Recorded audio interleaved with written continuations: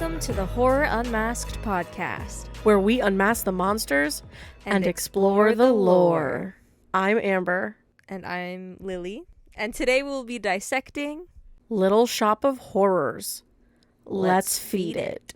It opens on a small city street when it begins to rain, and a lovely trio of girls sing to warn us of the coming dangers. We are then introduced to Seymour, who is a clumsy and kind guy who works in a flower shop. The scene changes, and we see a man named Mushnik talking to a girl who comes in named Audrey, who also works in the flower shop.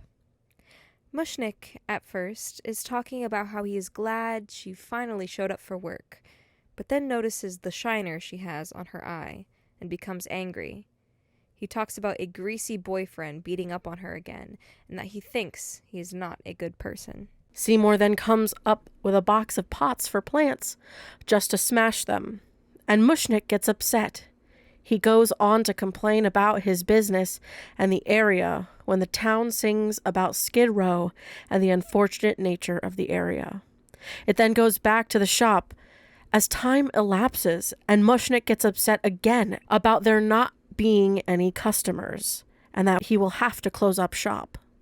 When Audrey tells Seymour to go get his new plant he has been working on, and she tries to convince Mushnik that an exotic plant would possibly be what they need to drive business. When he gets back up from the basement with his strange and unusual plant, Mushnik asks what it is. Seymour says he hasn't been able to identify it, and that he has named the plant Audrey too. Seymour believes that a strange plant in the window would draw people's attention, and as Mushnik tries to... That does say poo-poo. I couldn't think of any other word. I was like, I don't have time to think about a complicated form of poo-poo. I'm just poo-pooing his plans. Tries to poo-poo the idea. Someone comes in and remarks on the strange plant and asks where Seymour got it. He explains that he usually goes to the shop in Chinatown to look for unusual plants, but nothing caught his eye. At the same time, the eclipse of the sun was happening, and when he turned around to look at the plants again, he found this strange and unusual one. And although the plant is not available, the man decides to buy a ton of flowers, and slowly more and more people are drawn to the shop due to Audrey too, being in the window. As the day closes, Mushnik is so happy about the sales that he wants to take both Audrey and Seymour out to dinner.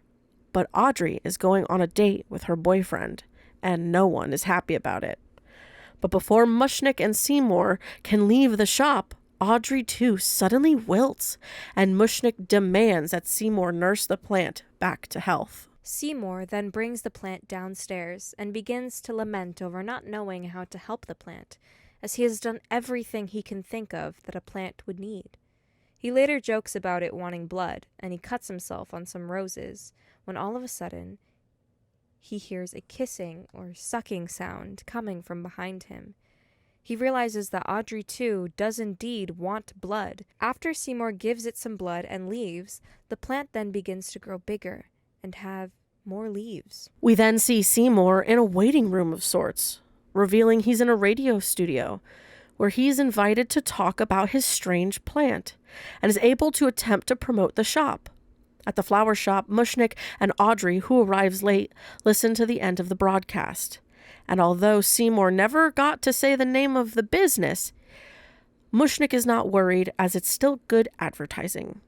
When Audrey says she wishes she could have gotten there earlier, Mushnik says he guesses she got tied up, to which she responds, no, just handcuffed. Alluding to the dangerous boyfriend, and the street urchins try to convince her to leave her boyfriend and get with Seymour. Slay, as she should. Facts. Audrey then goes into her apartment and dreams of a possible future with Seymour and the home she wishes to have in a location that is somewhere greener.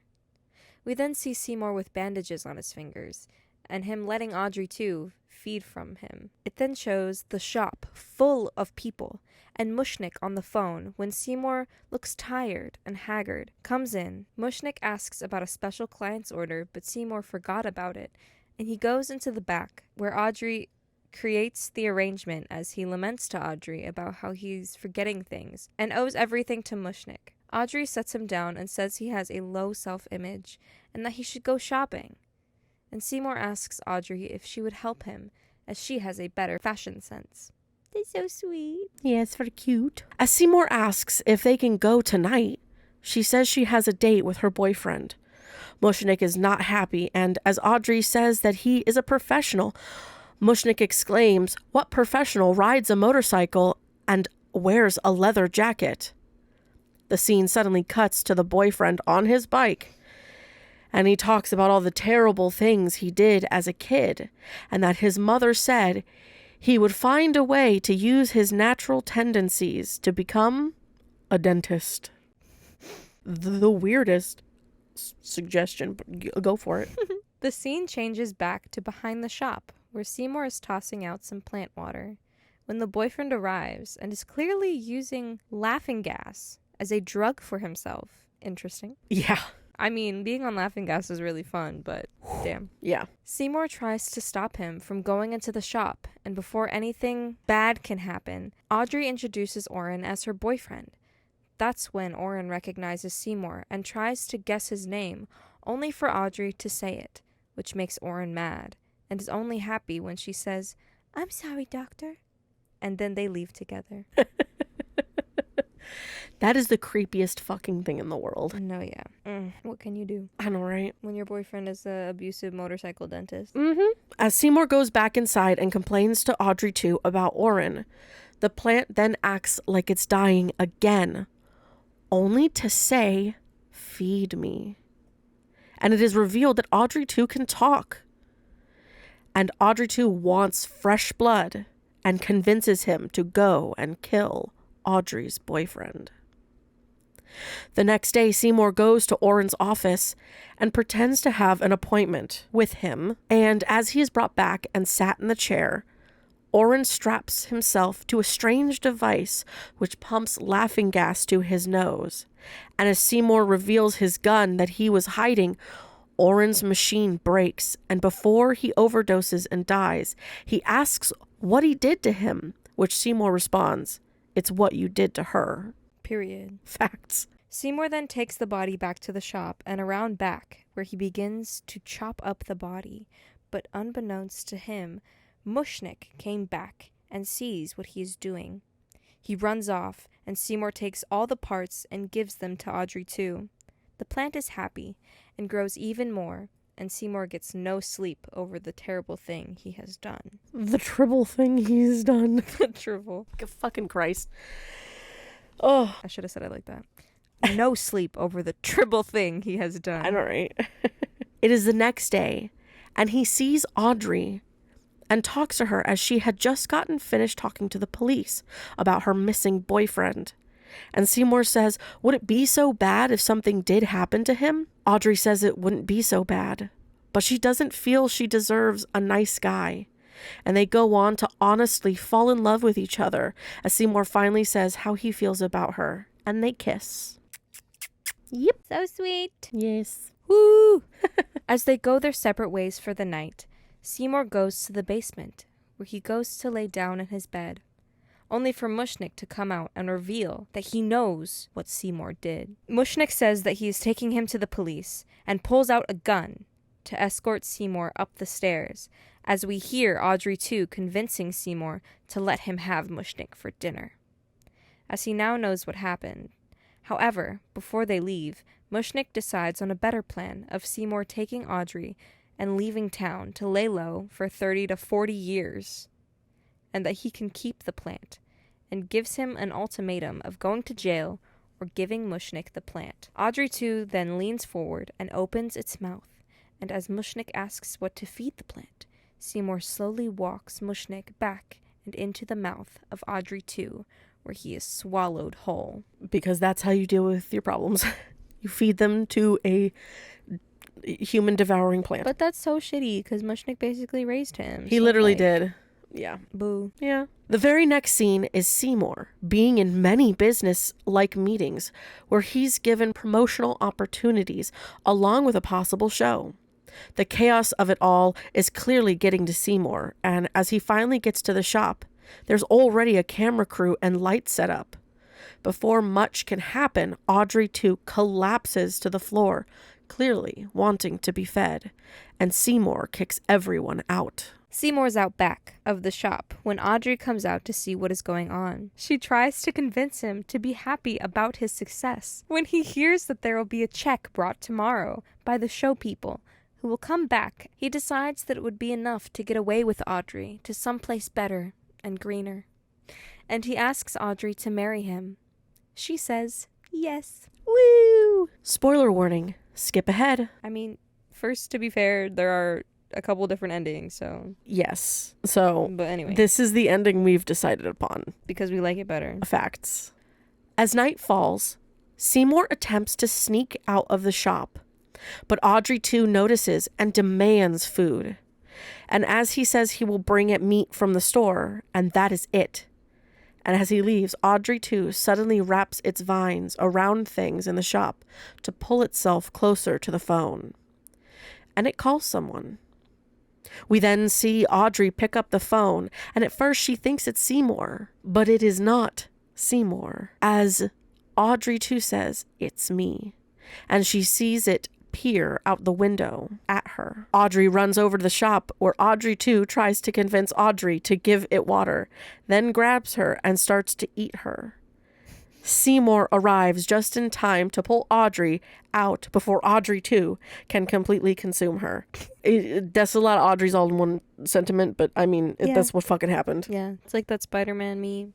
They're Yep. pointing at each other. He takes her out back and pleads for her not to die. But Audrey's okay. And a businessman shows up, wanting to spread the plant all over the world. But Seymour has had it, and chases the man off. He then decides it is time to deal with the plant, and goes back in to confront Audrey 2 about its plans for world domination.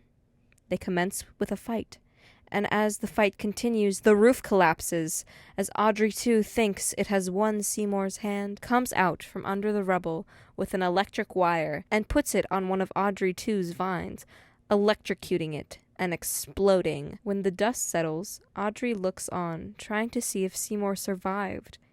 He walks out of the rubble, and they both hug.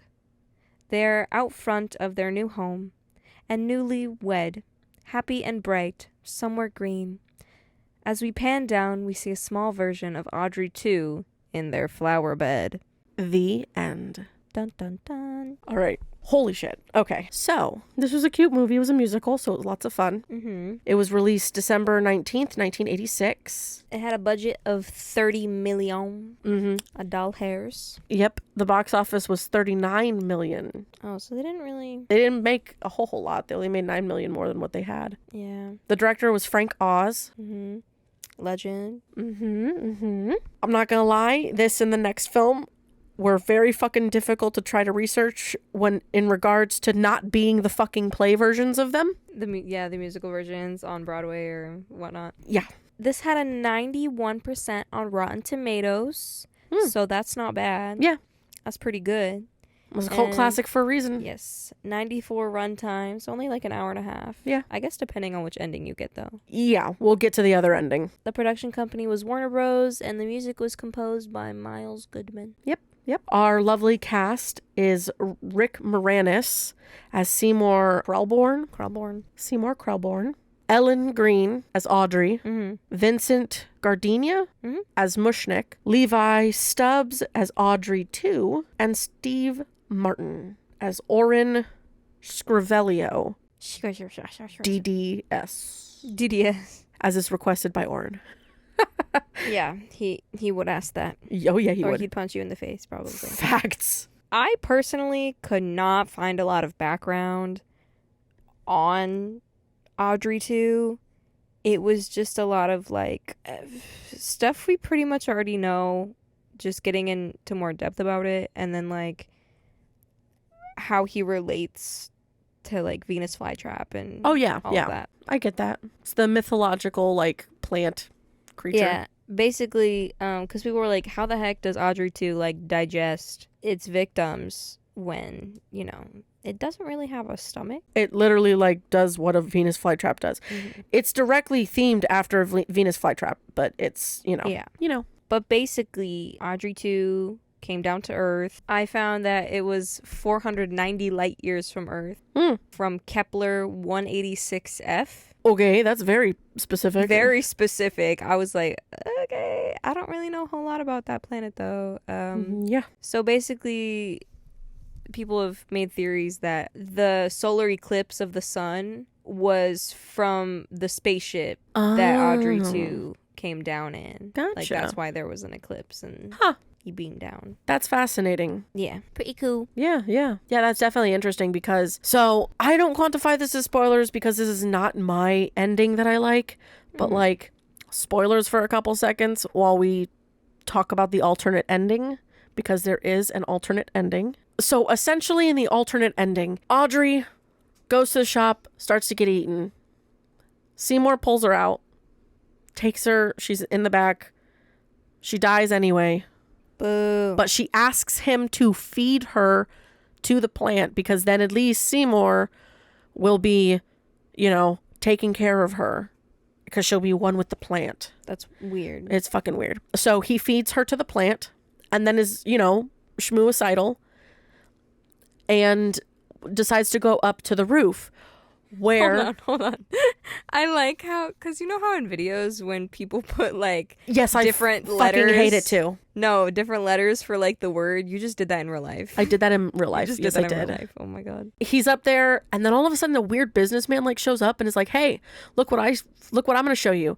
And he's basically essentially stole a clipping of Audrey. Which, too. Excuse you. Yeah. First of all, hello, this is my plant that I'm taking care of. Facts. Why would you come in and steal a clipping? Yeah. Like, that's not okay. So essentially what happens is like he stole the clipping and is like, hey, we can make this and it'll be everywhere all over the world. And he's like, oh shit. Like basically Seymour just runs off and then goes back downstairs and he's like, you kind of see a similar scene as to what happens in the original, like the theatrical ending, because technically this is the original ending and then they changed it to the theatrical. Yeah. The theatrical is the version that we prefer. I prefer this because one, it's happier. But he goes back down and he's like, he does the whole confrontation scene, but instead Seymour gets eaten.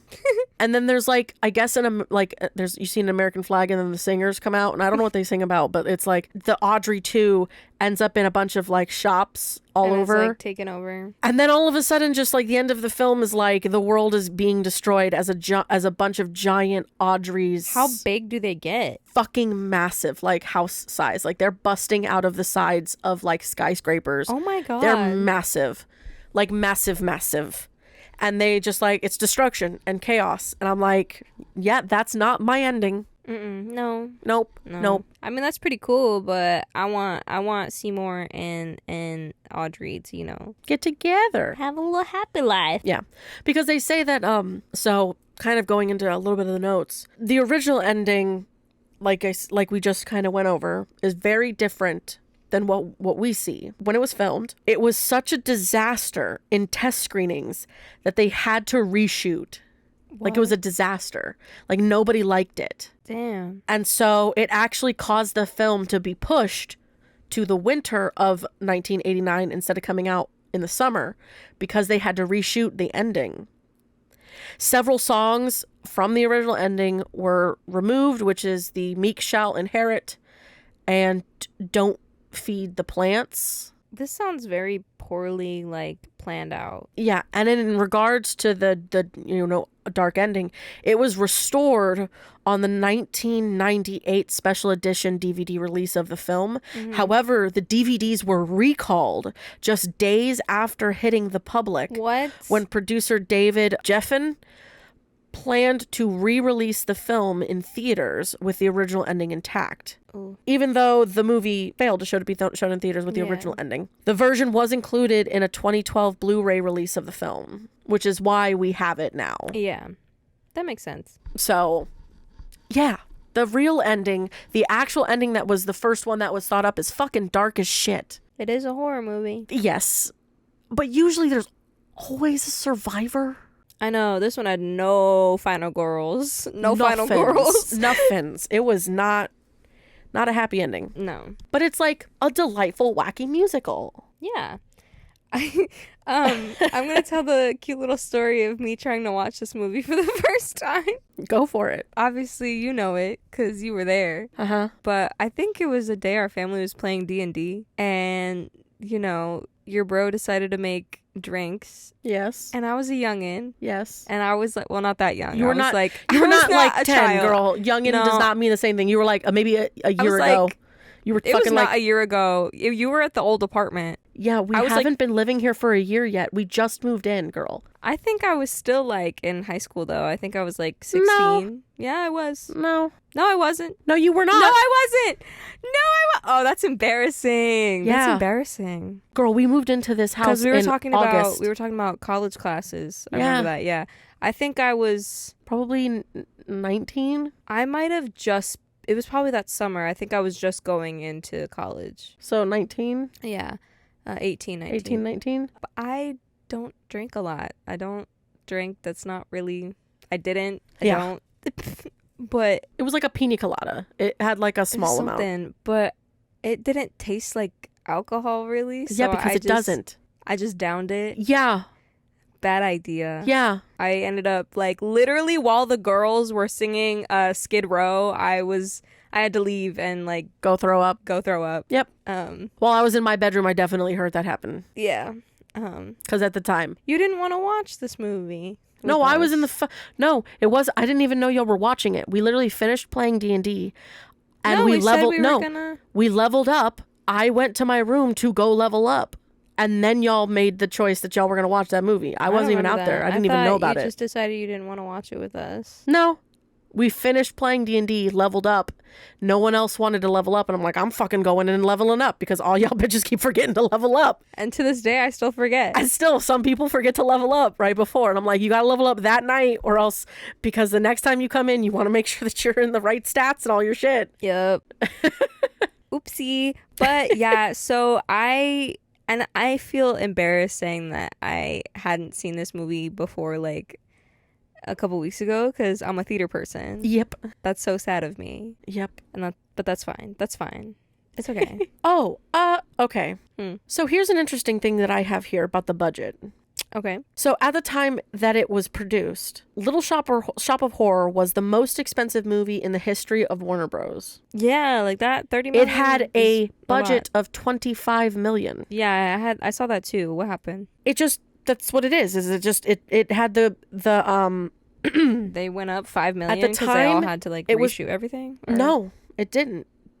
It didn't go up from that. They had 25 million. So then where does the 30 million come from? I have no idea. They had 25 million, not 30 million. So they got a decent jump up from the 39 million that they got in box office. Okay. Which is, Because yeah. there were two different prices there or like budgets and I didn't know. Yeah, because so the film had a budget of 25 million, which was the most expensive movie in the history of Warner Brothers, which bested the previous record holder of Aliens at 18 million. Alien seems like it had a way bigger budget. Nope, it had a less budget than Little Shop of Horrors did That's crazy. by a decent chunk. I mean, I guess because that plant is crazy. No, but it had to do with a lot of the set and stuff like that. Like, so I didn't even like the set that much. but the thing is if it took a lot. Like the entire movie was filmed on the largest sound stage in Pinewood Studio in England. Damn. The set was dubbed the 007 stage due to its grandiosity. What? Okay. Yeah, the Suddenly Seymour number was shot on this stage, which proved so large that various heating issues resulted on set. When breathing, condensation from the actors would appear on screen due to the difficulty heating the set properly. Oof. So the actors held ice cubes in their mouth to prevent their breath from showing on screen. What on earth? I'm like, what the fuck? That sounds like cruel and unusual punishment. I can't do that. It's because it's supposed to be like in the middle of the fucking summertime in the movie. But they're in England and it was cold. Right. Because it was set in the winter. Because they only filmed some of it in the In wintertime. the winter, yeah. That's crazy. Which is insane. But yeah, I'm sorry, it's but wild. does that make me unprofessional if I would literally be like, guys, I can't do that. Like, I can't hold an ice cube in my mouth. That would actually hurt me. They would probably fire you and recast someone Most else. likely. That Yeah. they'd be like, No, sorry, bye. Because you have to be willing. I mean, it's not the fucking... I mean, I'm willing. No, it's not like I wouldn't try. I don't think it's like... No, hun, I don't think it's the way that your brain is thinking it is. I think what they did is like when they're not on camera, Yeah. like right before they go on camera, They would hold the ice cube. and then they would take it out. Yeah, I'm sure. So they're not fucking just singing with a fucking That's ice not cube what I'm in their saying. mouth. Obviously, they would take and the they're ice not cube just out, like babe. But I'm holding saying, an ice cube for hours while they're not on camera. But that's the part I'm saying. Like, while they're not No. on camera, like, I couldn't. They're not going to do that for hours. I don't know. They're going to do it for a little bit before they go on to shoot. But every time, every day, no. Sorry. Well, hun, this was filmed in 1986. Mm-hmm. Uh-huh. What about it?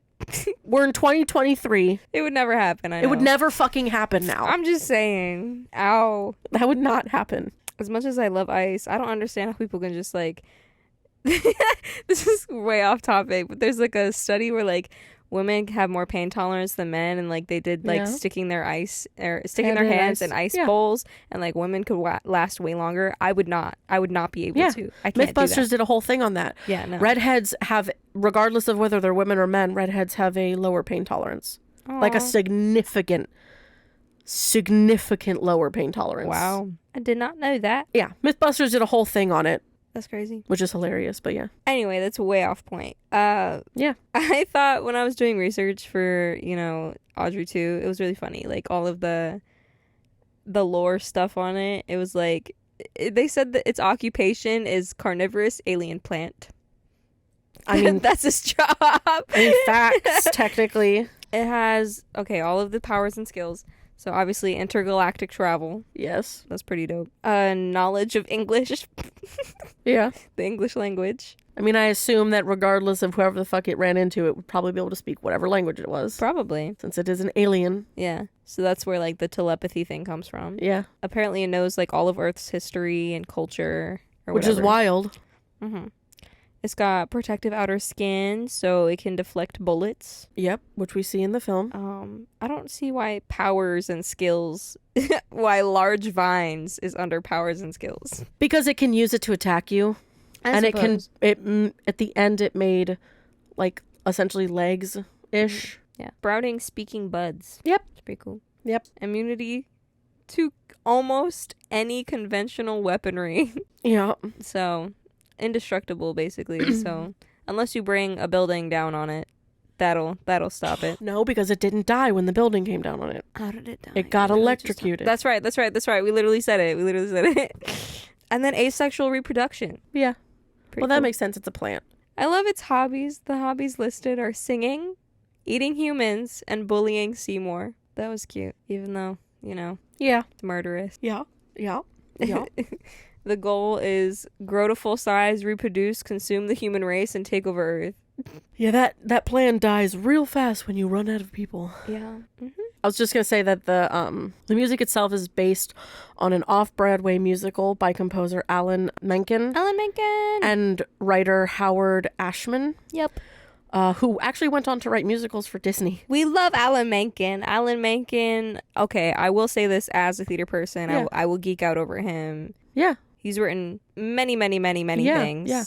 He's a legend, a living legend. Yeah. Thank you. And the musical was inspired by Roger Corman's 1960 cult film, The Little Shop of Horrors. Yeah. So the actual real original Little Shop of Horrors. Yeah. So, yeah. This is essentially a remake of a classic film. Like, it's a black and white film. Mm-hmm. But yeah. 1960, yeah. Yep. Yep. What I loved learning about was basically how Audrey 2 eats and digests its victims, Mm-hmm. which I know we were talking a little bit about earlier, like the Venus flytrap stuff. Yeah. Which is why I don't understand how Audrey didn't die immediately, because she was in there for a while. But once the trap closes, it has digestive glands on the inside of its mouth, basically. Yeah. That dissolves its prey. Yeah. To then break them down, and that's how they get all the nutrients or whatever. I think for Audrey, it's different than Mushnik, because Mushnik, you even saw it. It's only part of them went in, and then it went up, and then it swallowed the rest. Yeah. I think the way that it works is that I think time-wise, Yeah, it probably takes a while. Audrey showed up, started to get consumed, and then, because Seymour just went around the block just to grab some meat and came back. Like, that was, like, so he came back right as he's, like, Yeah, So I feel like it was a very short while because even real Venus flytraps, like, it takes a while for things to digest. So, but yeah, that shit's still fucked up, though. Yup. It's more fucked up that it fucking called her. Yeah. Hey, bitch, come over. Let me eat you. Let me eat. No.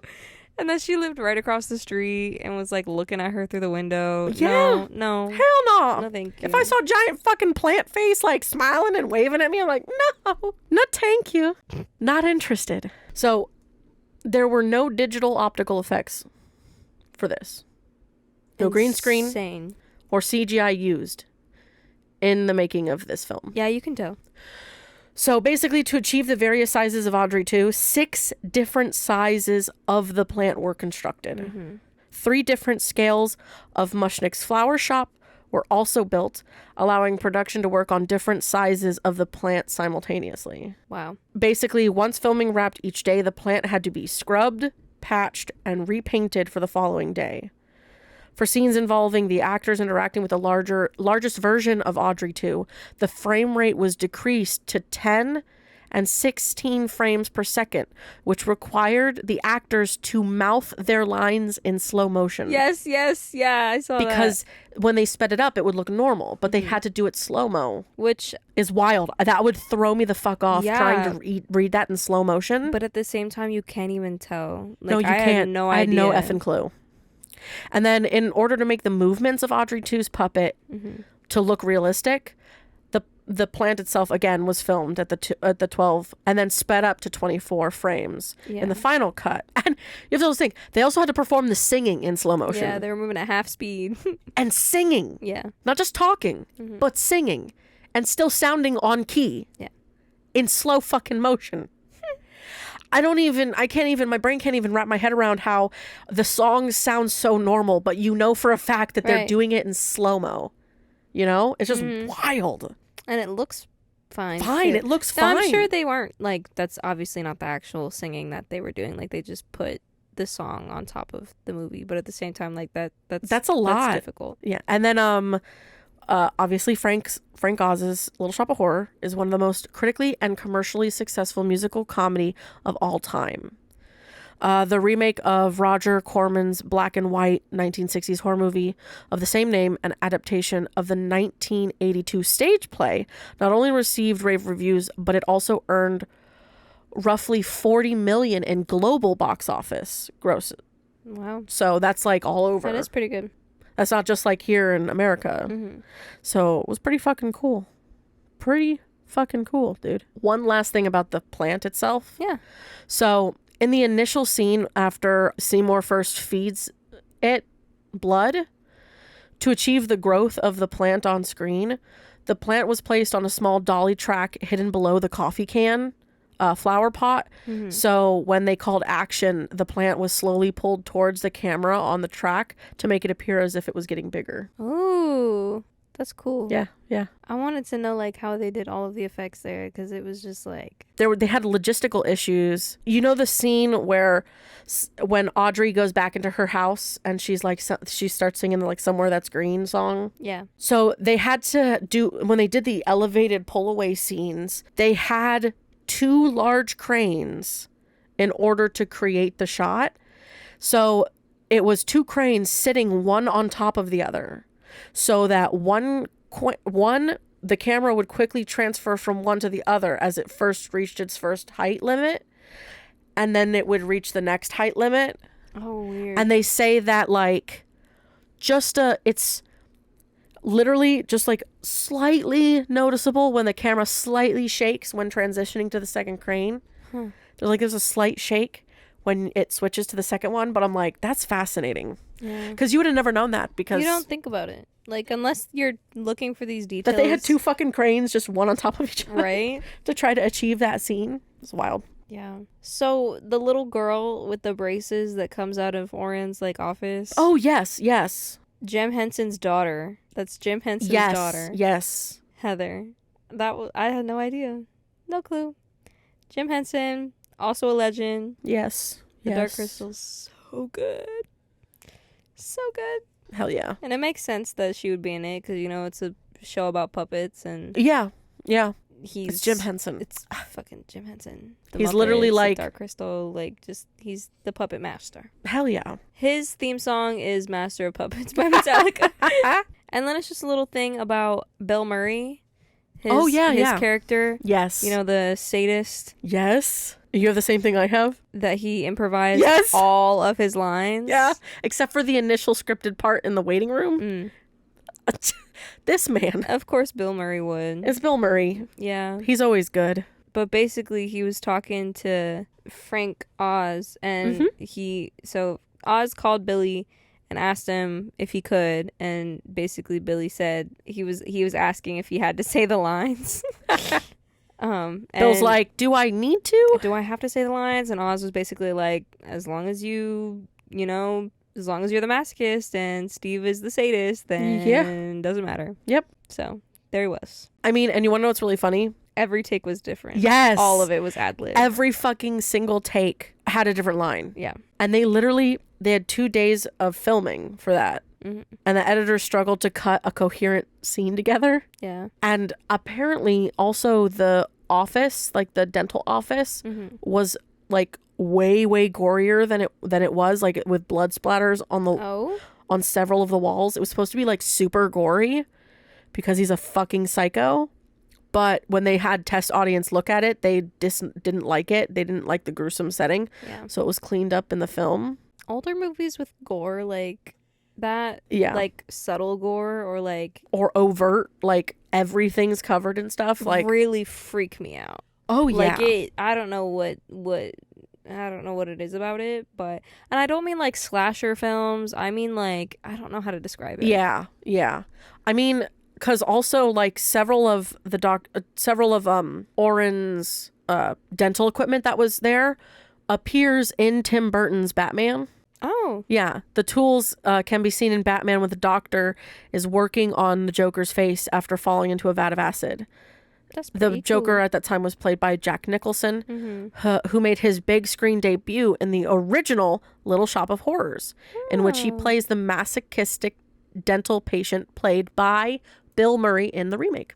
So Jack Nicholson was originally the masochist. So it's kind of funny that the same dental equipment was used in both situations. Yeah. On the same person. That really ties it together. I think that's really fun. Yeah. Oh, yeah. And Steve Martin spent 6 weeks filming his role as the sadomasochistic dentist. It was Martin's idea to have his character punch the nurse in the face and to rip the head off the little girl's doll. Okay. Yep. I think he was living in his character a little too long. Oh, yeah. But it was like, it fit the character too, which is like what's wild. Yeah. Oh, really yeah. does. Oh, yeah. Although his parts were unnecessarily long, in my opinion. Like, I felt like his dentist song went on for so long. I was like, I think I kind of get it. I think I get it. But that's okay. That's pretty much all I have, except for the fact that people think the plant is a mix between a Venus flytrap and an avocado. What? They think it's an avocado? Someone else said that is false. They just don't think that's accurate. No. That it's more Venus flytrap and a butterwort. I don't know what the fuck that is. I have no idea what that is. That's plant people getting way too into their shit. That's what I'm saying. That's plant people like geeking out over it's this. It's a fucking Venus flytrap and a fucking alien. Yeah. Right. You don't gotta compare it with multiple plants that actually exist in the real world. Mm-hmm. It's got fucking teeth and can talk. Right. And can move. And can communicate. Is clearly not the same. No. Yeah, I guess also part of the Mushnik scene where Mushnik is getting eaten. They had a much larger prop for that version.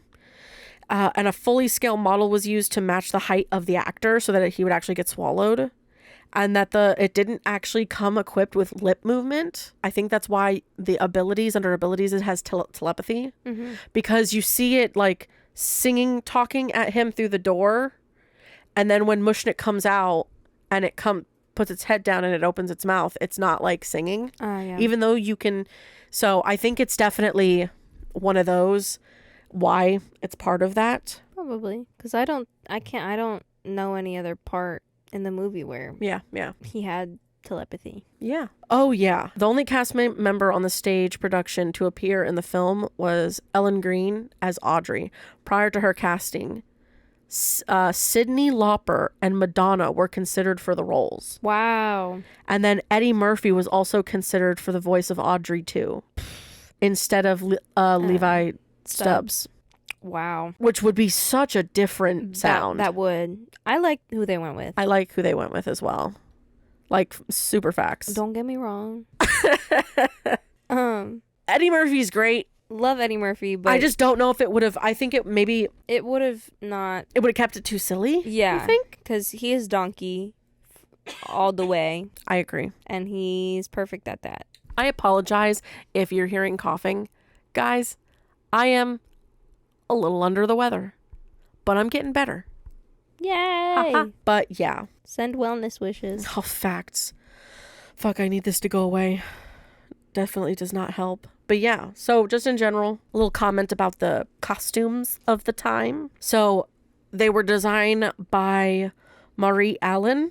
Audrey's dress was an exaggerated version of what was called a wiggle dress. A wiggle dress? Called a wiggle dress. The hell is that? They were common from the 1940s to the 1960s. Her hair is always in like this big bubble, and she wears blue eyeshadow and red lipstick. Mm-hmm. So basically, the wiggle dress was this like form-fitted dress that had like was mainly seamed and stuff like that. But clearly, they probably used more like stretchy modern fabrics at the time, like 80s fabrics, to make the dresses. But it was meant to kind of, so her initial outfits were meant to show this like kind of disregard for her personal self, and seems to be more fitting in like what her boyfriend at the time was interested in. Like she wasn't who she really is. And then because literally one of her outfits has her arm in a black net sling because of the fact that he hurt her, and probably didn't like the way a cast looked. Exactly. Like, no, you're gonna put this on if you must. Because when she sings the Somewhere That's Green, she fantasizes about having a perfect married suburban life with Seymour. And in these scenes, she wears full skirted 1950s dresses. Yeah. And then for the big duet of Suddenly Seymour, she wears this pink and white outfit. And then while it's still in the later 60s silhouette, it's not as tight or revealing because she's finally feeling more secure in herself and in her relationship. Yeah. Because she's not like, you don't see cleavage, and she's like, it's more comfortable. She looks more comfortable.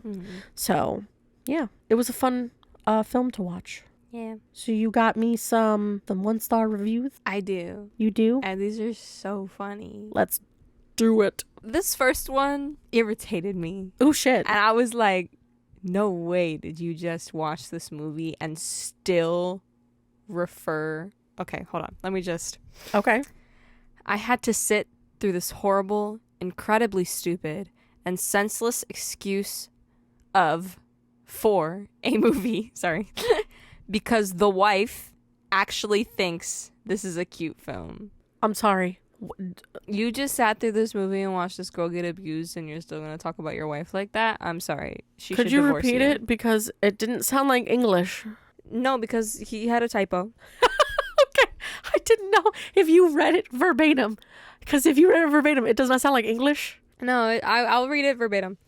I had to sit through this horrible, incredibly stupid, and senseless excuse for a movie because the wife actually thinks this is a cute film! Exclamation point. A, absolute dick. B, check your fucking spelling before you hit submit, dumbass. Right? Also, girl, you need to get away from him. He then says, I hate to ask what this means about what this says about anyone who thinks it is a cute film. Do you get my drift? Question mark, exclamation point, exclamation point, exclamation point, exclamation point, exclamation point. Can you, if the spelling of the correctness, please? Because at this fucking point, you don't even seem like you know how to write. What the fuck? Not at all. Not at all. That's wild. I was sitting here like, okay, so he's stupid and he hates his wife. Okay. Yep. Clearly you guys have two very different interests. Facts. But that's fine. Next, I didn't enjoy it. The end was a guy turning into a plant or something. I don't know. So that's why I didn't like it. The fuck? I'm sorry. Did you actually watch this movie? Because I don't think you did. I don't think you watched this movie, my dude. I was just sitting here like, Because that's sure as shit not the ending. I don't know. So that's why I didn't like it. When he said or something, I'm like, you definitely sure as shit did not watch this movie. A guy turning into a plant or something. No, that's definitely not what happened. That is sure as shit not what happened. Not even in the alternate ending. No, Literally not even in the alternate ending. ending is that So happening. is there a third secret ending we don't know about? Where Seymour turns into Seymour the plant. turns into the plant and destroys the plant for, Oh my goodness. This next one is very extreme. Oh shit, okay. It's short, and it's, I would only see it again at gunpoint. Damn. You need a chill pill, my dude. No, It's not literally. that serious. I- It's not a bad film. It's really not. You would only watch it at gunpoint. It's old, but it's not a bad film. Like, the CGI still looks pretty good. Not CGI. There wasn't fucking There CGI. wasn't any CGI. All the fucking puppeteering All is of the beautiful. effects are amazing. Like, when there are no CGI, it looks better realistic. because it's fucking made to look realistic, Yeah. or as realistic as possible. Yeah. And it's a fucking fantasy. It's a fucking alien creature. Chill out, dude. No, I love it when there's no CGI.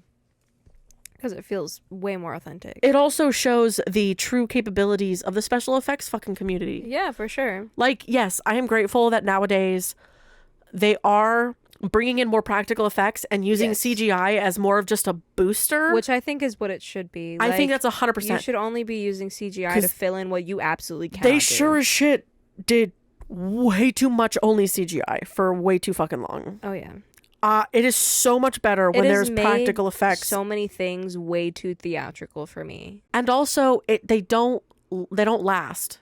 And the thing Visually. is, I'm going to say it, all of these theatrical things, I think they thought that the CGI would make up for the terrible acting that has been happening lately. I'm going to say it. Damn. I just, there's so many shows and like movies nowadays where I'm like, oh, you really thought CGI was going to make up for this? Fuck. Shit. I'm going to be brutal. That's my 1-star review. Damn. And did I stutter? No, I didn't. Damn. Thank you. I mean, you also have maybe to I think did, I that don't there's a lot remember. of films currently that are coming out or that will be coming out real soon Yeah. that the strike happened and everything. So the writers and all that kind of stuff and all the that's fair. actors. That's Yeah, fair. because the writers came to an agreement, Yeah. but the actors still haven't. Yeah. So the writers are back writing, but the actors are still out. At the same time, you're always going to get actors who don't care. And Oh, yeah, I know. They're going And to they're take the fucking role. scabs. They're going to take the roles. So, They're fucking scabs. It's a fact. well. Anyway, people need to and chill the that's what I fuck gotta out. say about For real. that. People need to chill out. And the last one I have. Yeah. The last 1-star review. Perhaps one the lamest movies ever made. Yep. Ever made. I've had bowel movements provide more pleasure than watching this movie. Stupid is a huge understatement. Why this was ever made is beyond me. Ugh. UG. Ugh. What a waste of time. Feed me, feed me. I'll feed you a nice dose of turning the channel. Oof. I have never felt so much fucking cringe No, yeah, that from whole a thing fucking post. gave me the ick. Super super extreme ick. Especially like, dude, please, can you reviewers, even if you're gonna put like a shit review, please double check your fucking spelling and your grammar at least, just like a Right? smidgel. Perhaps one the lamest, and then ugh with a UG. That's ugh. Like, look, Or I oog. have dyslexia and dyscalculia. My bitch ass can't spell shit for shit and can't do grammar. But guess what I have? Grammarly. Not sponsored, but would be. Because we are college kids. That's so very it's true. useful. It and is. for podcasting, it's fucking fantastic because goddamn, did I put a 3 at the end of one of my words in this earlier today. Yeah, so Anyway. it might sound a little different because my beautiful, amazing, talented, hardworking cousin over here did the summary for this one. It was not me. So if it sounds a little different, that's probably why. 2 different voices. Yeah. 2 different writing styles, 2 different writing voices. Yeah, but it's okay. But yeah. Also, I can't fucking spell for shit. Hold on, Holy let's God. go back and like Girl, don't do this to me. You're gonna fucking try and out me on all of my shit spelling? No. It's just Tribble is funny. I did And then- Tribble. I put leave and had a 3 also at the end of it. I've had, let's see. I fixed a lot of them because I really fucked up. Forgot, I put FO and then got. There's one at the very Forgot. beginning. Hold on. The coming. COMMING. Yeah. Us of the coming dangers. Yep. I spelled benounced so wrongly Oh my God. that it can't comprehend that I spelled benounced wrong. No, it did for me because it changed it. No, it changed. It wants to change it to unannounced. I spelled for it me, so wrong. Like I put it and it said unbeknownst. Thank fuck, because mine thinks it is unannounced. What I because of how think is badly I spelled funny it. is the poop poop thing. Oh yeah, I'm poo poo. dead ass was sitting here like, is that? No, I put poo poo because I could not fucking contemplate another form of the word. He Also, tries to poo poo it. no one is spelled noon. Noon. Yeah. So like, When all of a sudden. yep. I'm like, dear fucking God, all of my misspellings. There's fresh is freech. Yeah, freech. Freech Freech blood. Freech blood. There was another where I was like, Oh, responus instead of response. it's fine. It's fine. Oh, I called him Setmore at one point because I fucking hit a T instead of Y. So it was Setmore. Yeah. And I like how even when you didn't like have a typo, I still said it wrong. Separate. Without, not about. Revile instead of reveal. Anyway, it's fine. We did it. Hell yeah, we did. Thank fuck. Last one. Colasses instead of collapses. Because I fucking forgot the P. Yeah, that's fine. Promotiona. Promotiona. Yeah, I saw that. Oof. Escortes. Sneak with 2 E's. Sneak. Sneak. I love it. It keeps things interesting. And then my butt. I put butt. All Just like poop. plants all over the world, but